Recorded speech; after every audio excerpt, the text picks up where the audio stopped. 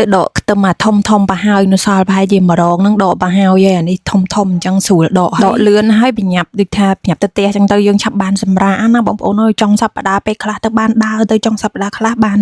ធ្វើការអញ្ចឹងណាហើយចងបាច់ថ្ងៃហ្នឹងចងរៀងធូដល់ពេលអញ្ចឹងរៀងដូចពិបាកលើករៀងរបូតឲ្យលូតមិនទេហើយយកវាមកហាលជាមួយគ្នាមកដាក់សដិលវាចោលអញ្ចឹងទៅមកតើវាស្ងួតលឹកស្ងួតអីទៅវាដូចថាវាអាលងទៅយើងយកវាមកចងសារថ្មីណាហើយយើងបញ្យួរវាចោលអញ្ចឹងទៀតទៅខ្ញុំចូលចិត្តស្រុកស្រែអញ្ចឹងណាបងប្អូនអើយប៉ុន្តែស្ដាយដោយសារយើងមកបានតែមួយរយៈខ្លីយើងមកនៅបែបស្រុកស្រែអញ្ចឹងណាហើយដល់ពេលហើយគាត់គ្រួសារគាត់ដូរផ្ទះដូរអីចឹងទៅក៏អត់បានរស់នៅបែបស្រុកស្រែចឹងទេប៉ុន្តែមកជួយធ្វើជាមួយនឹងបងថ្លៃចឹងហើយចឹងទៅបានយើងហូបទាំងអស់គ្នាចឹងណាប៉ុន្តែគាត់ថាថ្ងៃខ្លះទៅបានជួយទៅថ្ងៃខ្លះទៅមិនបានជួយដែរហ្នឹងអីគាត់ធ្វើម្នាក់ឯងចឹងទៅប្រាប់តំណាំផ្សេងដូចថាពេញប៉ោះទ្រាប់អីអញ្ចឹងគាត់ដាំហូបខ្លួនឯងប៉ុន្តែបើថាធ្វើ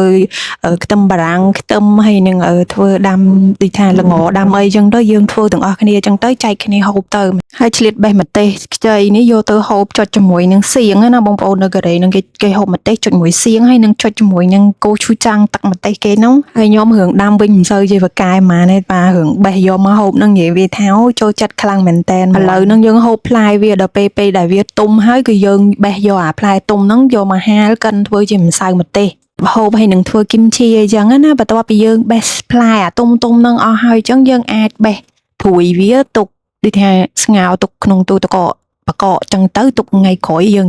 ញ៉ាំយកមកធ្វើម្ហូបញ៉ាំចឹងណាហើយនៅចកាមេឃដូចជាចង់ភ្លៀងហើយបណ្ដាស្រាប់ដល់ពេលទៅដល់ផ្ទះវិញនិយាយថាពីមេឃបើកថ្ងៃឡើងចែសហ្មងថ្ងៃហ្នឹងធ្វើម្ហូបកូរ៉េទៀតហើយបងប្អូនអើយមិនសូវបានធ្វើជាម្ហូបខ្មែរហូបអង្គឯងព្រោះអីយើងហូបតែម្នាក់ឯងអញ្ចឹងហាន់ម្ទេសកង់អញ្ចឹងហើយយើងយកវាមកឆាជាមួយនឹងកូនត្រីនេះបងប្អូនកូនត្រីទូចៗអញ្ចឹងណាប៉ុន្តែយើងប្រៃថ្ងៃហ្នឹងត្រីនឹងវាប្រៃវារសជាតិប្រៃហើយខ្ញុំភ្លេចនឹកឃើញក៏ដាក់ជាមួយនឹងទឹក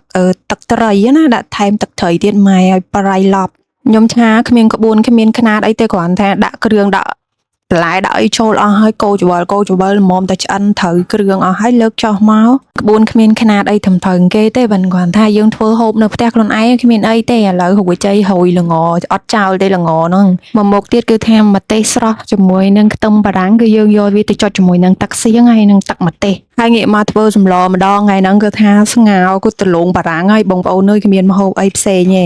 អញ្ចឹងខ្ញុំមុនដំបូងគឺខ្ញុំដាំទឹកសិនទឹកហ្នឹងគឺទឹកអង្គណាខ្ញុំលាងអង្គដាំបាយហើយខ្ញុំអត់ចោលទេគឺយកទឹកហ្នឹងមកធ្វើជាទឹកសឡជំនួសទឹកជាអញ្ចឹងទៅយើងដាក់ស្ងោរហើយយើងបង់ជាមួយនឹងកូនត្រីហ្នឹងគឺស្ងោរបង់យកជាតិទេអត់មានយកកូនត្រីហ្នឹងទេគឺយកជាតិជំនួសដូចថាខ្ជិលប្រើប៊ីចេងអញ្ចឹងណាហើយស្ងោរឲ្យវាចេញជាតិឲ្យអស់អញ្ចឹងទៅយើងស្រង់កាកចេញឲ្យអស់ហើយបន្តមកទៀតចាំយើងដាក់ជាមួយនឹងទលងបារាំងដែលយើងបានចិតវាមិញណាថែមជាមួយអំបិលហើយនឹងខ្ទឹមសទៅបន្តិចមករួចរាល់ហើយរសជាតិហ្នឹងអត់មានដាក់អីផ្សេងទៀតទេដាក់ថែមជាមួយនឹងស្លឹកខ្ទឹមបន្តិចយកពណ៌ឲ្យស្អាតចឹងទៅតខ្ញុំរួចរាល់ហើយគឺថាងាយមែនតែនតែហ្មងអត់មានពិបាកទេ